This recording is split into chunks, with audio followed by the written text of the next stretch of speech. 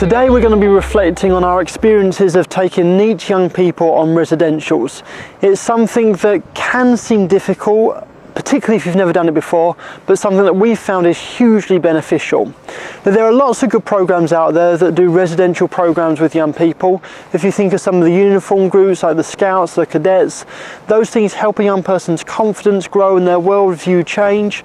The National Citizenship Service is a wonderful program that helps young people grow and become leaders in their community, make new friends and get an experience away from home. The problem with a lot of the established programs is they work for a particular profile of young person. The programs are great, but they only attract a certain profile of young person, and the young people that really benefit from these programs are the young people that are at risk of becoming NEET, and that's the sort of young people that we've learned to work with. So I'm going to share a couple of stories that help you see the benefit of taking these sort of young people on a residential trip. So we went on one residential. This wasn't a camping, this was in a youth hostel, and it was night time, it was time to switch off lights. One of the girls that was sharing a room with another bunch of girls didn't want to turn off the light.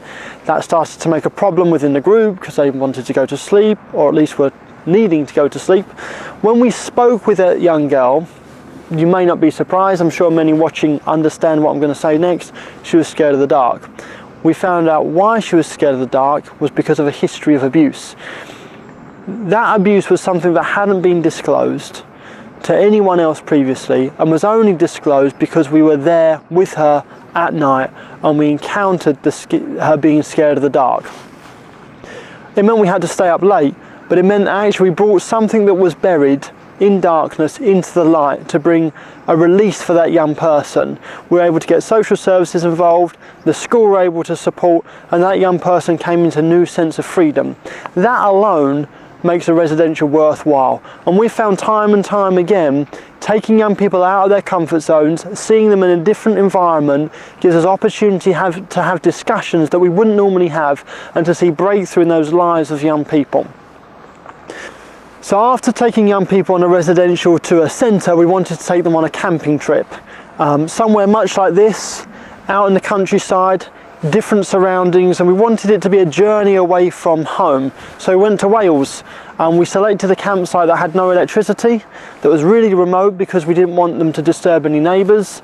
There was no running water bar one standpipe, a chemical toilet, very primitive. It took the young people well out of their comfort zones, and we thought not having mobile phones and electricity would be a huge deal, but we were really impressed with how well the young people coped with it and how much they enjoyed it. Sitting around in the evening around the campfire brought a whole new excitement to it. The young people learned to interact in a different way, and we could really see who the leaders were within that group and then develop them. So the first day we arrived there, we had a swarm of midges, which was fun, in your tea, in your dinner, everywhere. The second day we had water coming up and coming down from everywhere. One of my teammates woke up one morning gurgling because his face was in a puddle in the tent. We lost a couple of mobile phones. Unfortunately they were work phones, so cost us, but it was worth it because the experience for the young people. That day we went out gorge walking, and the young people, I remember a particular girl that was scared of water, and I remember her screaming in my ear as we jumped off the different rocks into the deep water. She was really scared, really shaking, but at the end of the day the look on her face was worth £1 million because she knew that she conquered and her friends had helped her conquer that deep water. And what's really interesting when you take young people on a residential like that, the relationships they form with each other, that common bond of having something in common, is really valuable. Those young people are still in contact, and now they support each other not just in deep water but in their studies and in the different challenges they have in life. So it makes really robust, positive relationships. The day we did gorge walking, one of the boys from Tower Hamlets refused to join in with any of the activities. And at the end of the day, as the young people were all talking, really excited about what had happened, the jumping off the waterfall, the swimming through the pools, he said, I really feel disappointed, which was sad for us to hear.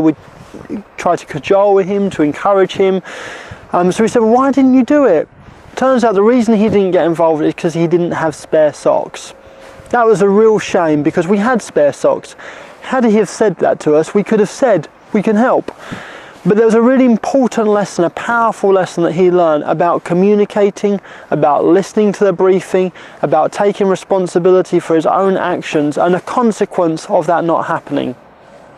As a result of that lesson, we're seeking to use more residentials as a way to help land the learning for the young people we're working with. So young people that struggle at school and can't see the benefits of studying might actually see the benefits of listening to a lesson and bringing your socks sooner than they would the exams. The challenge is getting the right people onto the program, getting the young people onto the program that are at risk of becoming NEET, that are in a downward spiral, that are having challenges at school, that aren't getting along with the family, that spend too much time on the street, that are at risk of sexual exploitation and gang affiliation. Those are the young people that these programs really need to attract.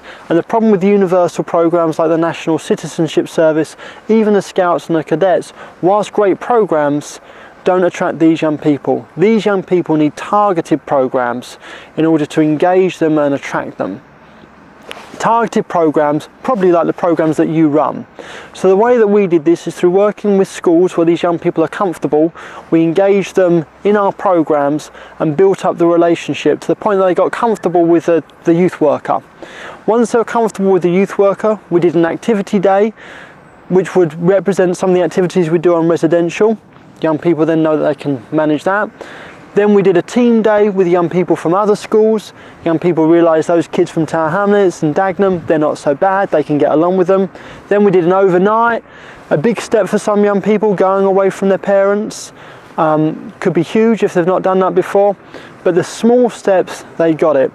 The next time we did the 3-night residential in Wales, so we built up to that process. So first we developed the relationship with the young person, then we did the activity, then we did the residential, then we did the camping trip. If you just kick off with a camping trip, these young people just won't attend. They won't have the confidence. You've got to build the relationship first. And time again, we see the benefit of forming a long-term relationship with a young person and the impact that has in their life.